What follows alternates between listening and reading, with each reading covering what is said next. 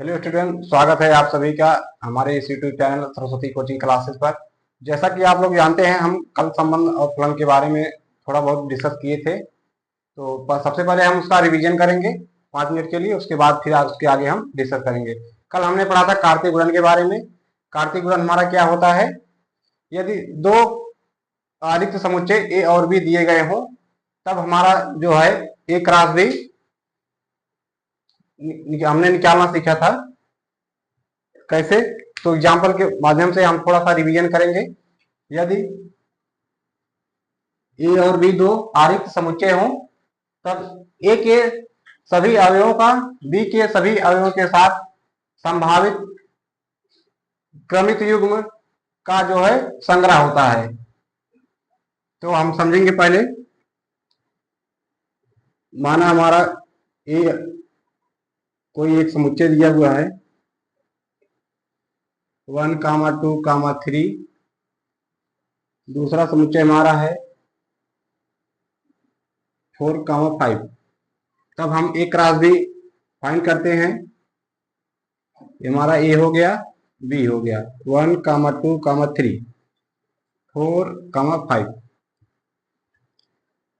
तब हम ए cross B लिखते हैं। एक का संबंध 4 से, एक का 5 से। 1, 5, 1, 4, 1, 5। फिर 2, 4 से, 2, 5 से, 2, 4, 2, 5। उसी तरह 3, 4 से, 3, 5 से, 3, 4, 3, 5।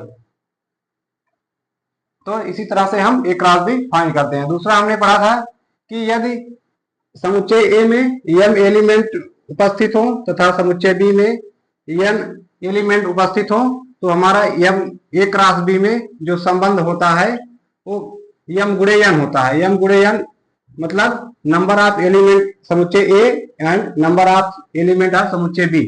तो हम देख रहे हैं समुच्चय ए में हमारा 3 एलिमेंट है और समुच्चय बी में हमारा 2 एलिमेंट है। तो जो हमारा संबंध होगा 6 होगा। तो हम देख सकते हैं यहाँ 1, 2, 3, 4, 5, 6 टोटल 6 संबंध हम फाइंड कर सकते, फाइंड की हो गया है। तो इसको आप प्रॉपर्टी के तौर पर याद करेंगे, आप लिख लेंगे इसको। यदि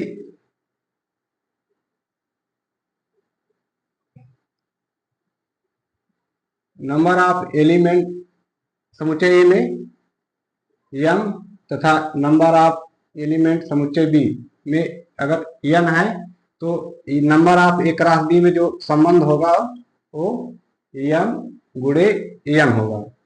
फिर हमने आगे पढ़ा था कि ए क्रॉस बी हमारा not equal to B cross A, ये हमने पढ़ा था। फिर हमने पढ़ा था number of A cross B is equal to number of B cross A. Number of A cross B मतलब हमारे ए क्रॉस बी में जितने भी संबंध होंगे उतने ही संबंध हमारे बी क्रॉस ए में होंगे। तो इसी एग्जांपल में हम देखेंगे, अगर हम बी क्रॉस ए लिखना चाहें तो हम क्या करेंगे? कुछ करना नहीं है, बस हम केवल अवयवों के स्थान को परिवर्तित कर देंगे। जो दूसरे स्थान पर है उसको हम पहले स्थान पे कर देंगे। या तो अगर आप ऐसे नहीं कर पा रहे हैं तो आप इसी तरह से बॉक्स बना के पहले बी लिख लेंगे, उसके बाद फिर ए। इसी तरह से आप संबंध फाइंड कर लेंगे। तो बी क्रॉस ए हमारा क्या हो जाएगा?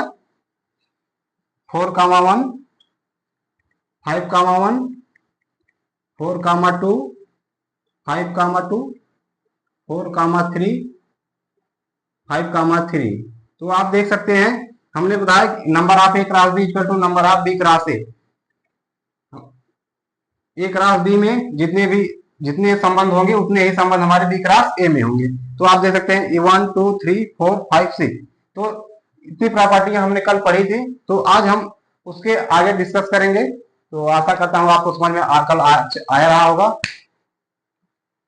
तो आगे हम पढ़ते हैं आज इसी में हमारा प्रॉपर्टी नंबर 4 है।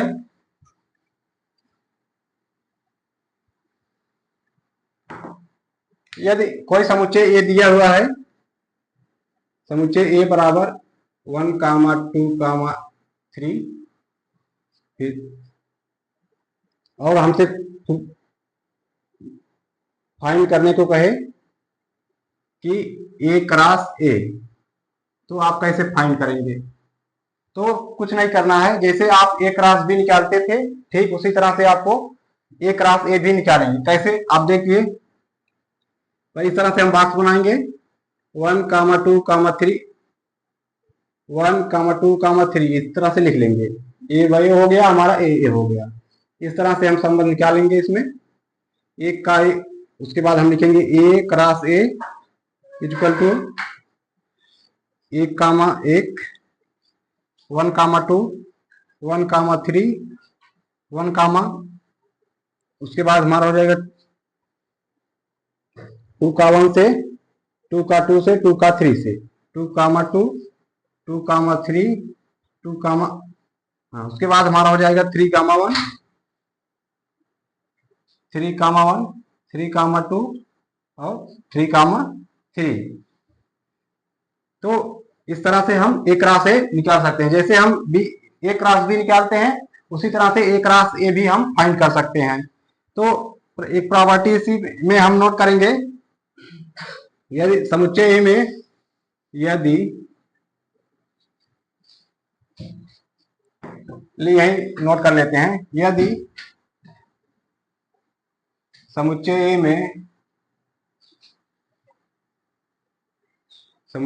में अवयवों की संख्या,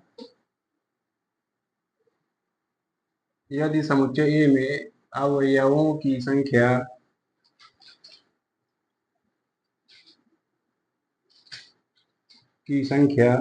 जिसको हम n ऑफ ए लिखते हैं, p हो, तो हमारा तब ए क्रॉस ए में जो अवयव होंगे वो हमारा p इंटू पी होगा, p गुणे p यानी p स्क्वायर। ये आपका प्रॉपर्टी नंबर 4 है, इसको आप नोट कर लेंगे।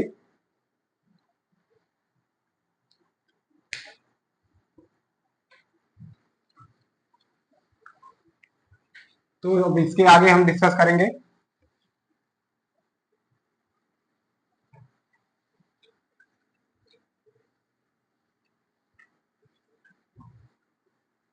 तो अब हम पढ़ेंगे संबंध। संबंध क्या है?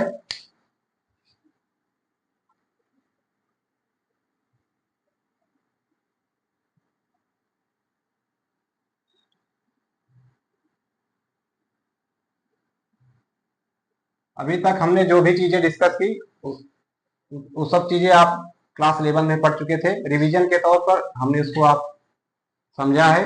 बिना बेसिक के हम इसको पढ़ना थोड़ा कठिन था, तो इसलिए हमने उसको डिस्कस किया।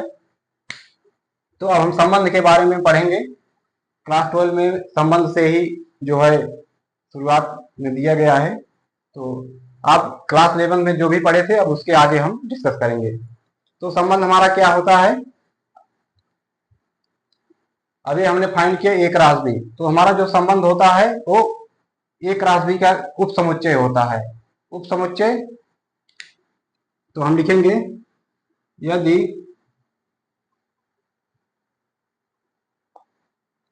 या इसको हम इसी तरह से लिख सकते हैं, संबंध ए क्रॉस बी को हम क्या बोलते हैं? कार्तीय गुणन। संबंध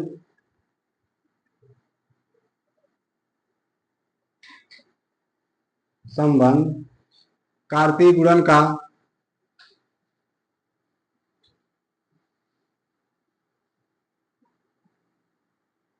संबंध कार्तीय गुणन का उप समुच्चय होता है।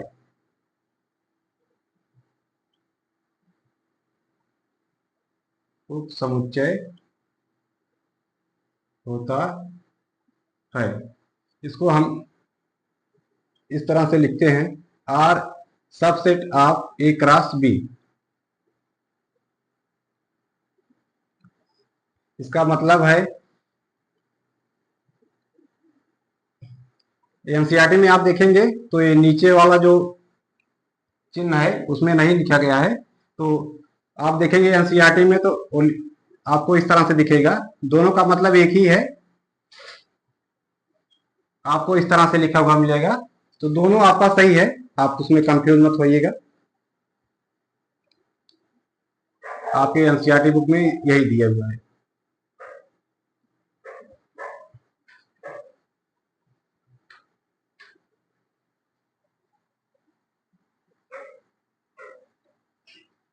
तो हमने एक राशि फाइंड किया। अब एक राशि के माध्यम से हम संबंध के बारे में पढ़ेंगे। हमारा जो संबंध होता है वो एक राशि का क्या होता है, उप समुच्चय होता है। तो उप समुच्चय के बारे में आप क्लास 11th में भी पढ़े होंगे, तो आशा करता हूँ आपको पता होगा। तो आगे हम संबंध के प्रकार के बारे में पढ़ेंगे। संबंध के प्रकार, टाइप्स ऑफ रिलेशन।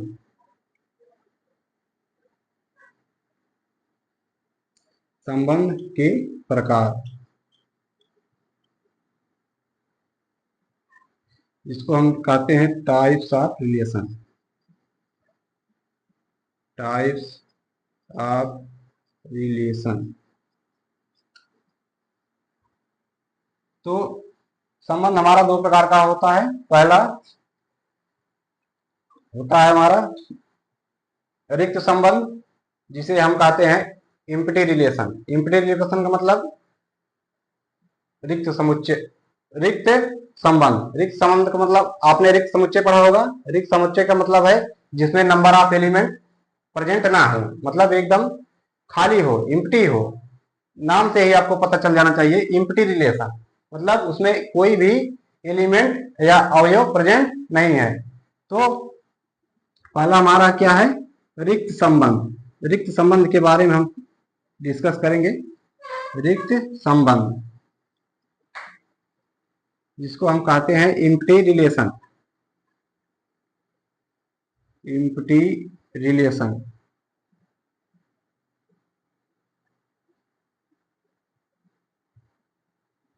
तो इम्पटी रिलेशन के बारे में हम समझेंगे। यदि समुच्चय, मान लीजिए कोई समुच्चय आपको दिया है, ए दिया गया हो और ए के सारे अवयव एक दूसरे से संबंधित ना हो। यदि कोई समुच्चय ए दिया गया हो और ए के सारे अवयव एक दूसरे से संबंधित ना हो, तो हमारा वो कैसा संबंध हो जाएगा, रिक्त संबंध हो जाएगा। तो अभी आप एग्जाम्पल देखेंगे तो आपको आसानी समझ में आ जाएगा। तो पहले हम नोट करते हैं, यदि समुच्चय ए में, यदि समुच्चय में, समुच्चय ए में कोई भी अवयव, कोई भी अवयव एक दूसरे से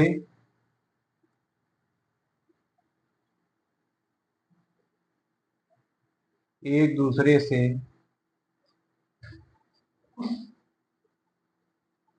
संबंधित, एक दूसरे से संबंधित ना हो, तो हमारा वो क्या हो जाएगा, रिक्त संबंध हो जाएगा। तो एग्जाम्पल हम देखते हैं। जैसे हमारा कोई संबंध दिया है, समुच्चय दिया गया है ए 1, 2, 3। इस तरह से हमारा एक समुच्चय दिया गया है और संबंध, इसमें हमारा संबंध दिया गया है, जहां संबंध हमारा दिया गया है, इसको हम हाई से रिप्रेजेंट करते हैं। इसको आप नोट कर लीजिएगा। इम्पटी रिलेशन जहां भी आपको दिखेगा वहां हाई से इसको हम प्रेजेंट करते हैं। तो एग्जाम्पल हम देखेंगे। कोई संबंध आपको इसी तरह से दिया रहेगा, ए माइनस, यहां हम देख लेते हैं, हो सकता है नीचे आपको दिखाई न दे रहा हो। a-b equal to 8, a-b equal to 8। Where A comma B belong to, where A comma B belong to A, यानी जो ए और बी है वो हमारे समुच्चय ए के ही अवयव हैं। तो अब हम वैल्यू फाइंड करेंगे। यदि ए बराबर हमने 1 रखें तो 1 माइनस बी इक्वल टू 8, तो हमारा आ जाएगा माइनस बी इक्वल टू, इधर जाएगा तो 7 हो जाएगा, तो बी बराबर -7। उसके बाद हम 2 रखेंगे तो हम ऊपर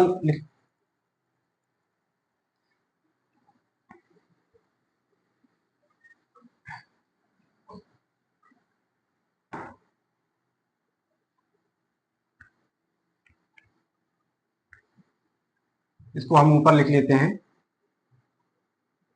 a माइनस बी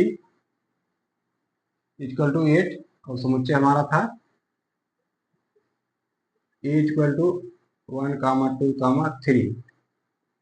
तो हम a इक्वल टू 1 रखेंगे, 1 माइनस बी इक्वल टू 8, तो माइनस बी इक्वल टू हमारा हो जाएगा 7 और बी इक्वल टू हो जाएगा -7। तो हमारा पहला जो संबंध है a कामा बी वो क्या मिल गया, 1 कामा -7। अब उसी तरह से ए बराबर हम 2 रखेंगे तो हमारा क्या हो जाएगा, 2 माइनस बी इक्वल टू 8, तो माइनस बी इक्वल टू 6 हो जाएगा, तो बी इक्वल टू -6। तो हमारा दूसरा संबंध क्या निकला, ए कामा बी बराबर 2 कामा -6। इसी तरह हम अब ए इक्वल टू 3 रखेंगे तो A 3 minus B equal to 8, 3 minus B equal to 5, B equal to हो जाएगा हमारा -5। तो हम सम ए कामा बी क्या मिल गया, 3 कामा -5। तो हम देख रहे हैं जो -7 है, -6 है, -5 है, ये हमारा समुच्चय ए में प्रेजेंट नहीं है। तो इसी को हम क्या कहेंगे, रिक्त समुच्चय, क्योंकि ए कामा बी बिलोंग्स टू हमारा क्या होना चाहिए, ए। हमने देखा कि ए कामा बी जो होगा बिलोंग्स टू ए होना चाहिए। तो हम देख रहे हैं यहाँ जो ए कामा बी हमने फाइंड किया है उसमें जो -7 है वो हमारा ए में प्रेजेंट नहीं है, तो इसको हम क्या कहेंगे, रिक्त संबंध कहेंगे। तो आप नोट कर सकते हैं। तो आगे इसके हम अगला टाइप पढ़ेंगे। पहला था, दूसरा है हमारा सार्वत्रिक संबंध। सार्वत्रिक संबंध मतलब यूनिवर्सल रिलेशन। तो अब हम देखेंगे यूनिवर्सल रिलेशन के बारे में। दूसरा है हमारा सार्वत्रिक संबंध। सार्वत्रिक संबंध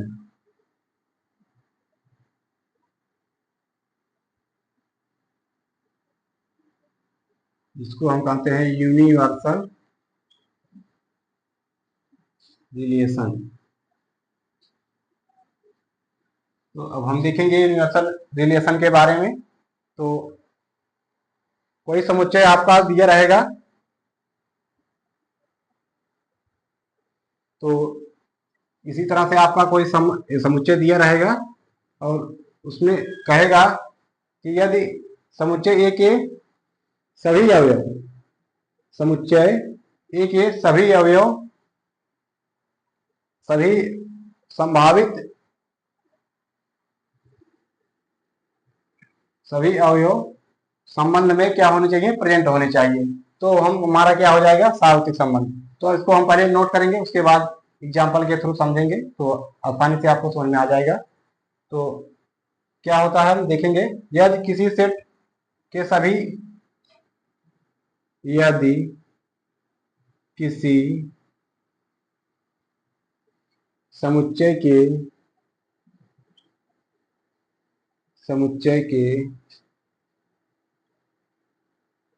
सभी, यदि किसी समुच्चय के सभी संभावित जोड़े, सभी संभावित जोड़े, सभी संभावित जोड़े संबंध में, सभी संभावित जोड़े संबंध में उपस्थित हों तो हमारा क्या हो जाएगा, सार्वत्रिक संबंध हो जाएगा। संभावित जोड़े संबंध में उपस्थित हों या शामिल हों, शामिल हों, तो तब हम उसे सार्वत्रिक संबंध कहेंगे। सार्वत्रिक संबंध कहेंगे। तो एग्जाम्पल देखते हैं हम। कोई आपका समुच्चय ये दिया है 1, 2, 3 और आपको संबंध में दिया रहेगा ये मॉड ऑफ, इसी तरह से आपको कोई एग्जाम्पल दिया रहेगा mod of a minus B greater than or equal to, greater than or equal to 0।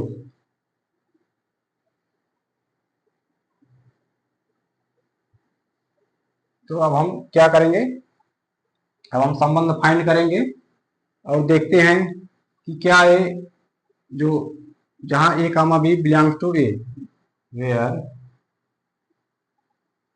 A comma B belongs to A, यानी ए और बी जो अवयव है वो हमारा ए से संबंधित है। तो अब हम देखेंगे, जैसे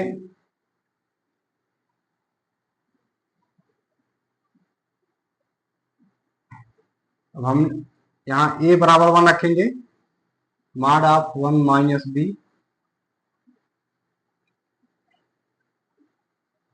मॉड ऑफ, पहले हम फाइंड करेंगे एक क्रॉस से निकालते हैं पहले, उसके बाद तब हम निकालेंगे, नहीं तो नहीं निकल पाएगा क्योंकि बी का भी मान चाहिए। तो सबसे पहले हम एक क्रॉस से निकालते हैं, तो एक क्रॉस से निकालेंगे तो एक क्रॉस से क्या हो जाएगा हमारा, तो आप डायरेक्ट निकालेंगे 1, 1, 1, 2, 1, 3, उसके बाद 2, 1, 2, 2, 2, 3, 3, 1, 3, 2, 3, 3। अब हम ए और बी का मान रखेंगे और वैल्यू फाइंड करेंगे। तो ए बराबर हमने देखे 1 है, तो हम लिखेंगे 1 माइनस 1, तो greater than or equal to 0। तो हमें क्या मिल जाएगा, 0 मिल जाएगा क्योंकि 1 minus 1 equal to 0, greater than or equal to 0।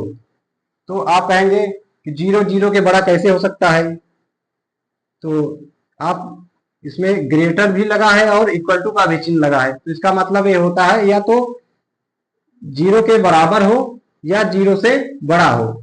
इसमें इसका कहने का मतलब यही है, या तो 0 के बराबर हो या 0 से बड़ा हो। तो हमारा पहले एक अलग कंडीशन फॉलो हो रहा है, यानी 0 के बराबर है लेकिन बड़ा नहीं है, तो हमारा ये क्या होगा, यूनिवर्सल सेट रिलेशन होगा। तो अभी हम आगे और भी वैल्यू फाइंड करेंगे तो आपको समझ में आ जाएगा।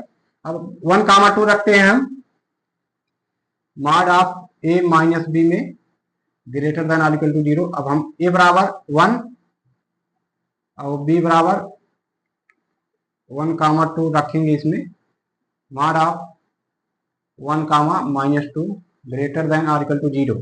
तो हम देखेंगे mod of -1 greater than or equal to 0।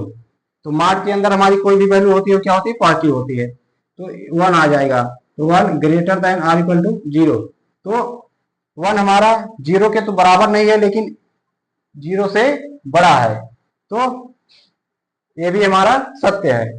तो ये हमारा क्या हो जाएगा, यूनिवर्सल रिलेशन में आ जाएगा। तो इसी तरह से आप वैल्यू रखते जाएंगे, आपको मिलता जाएगा। तो आशा करता हूँ आपको समझ में आया होगा। तो अब इसके आगे हम डिस्कस करेंगे।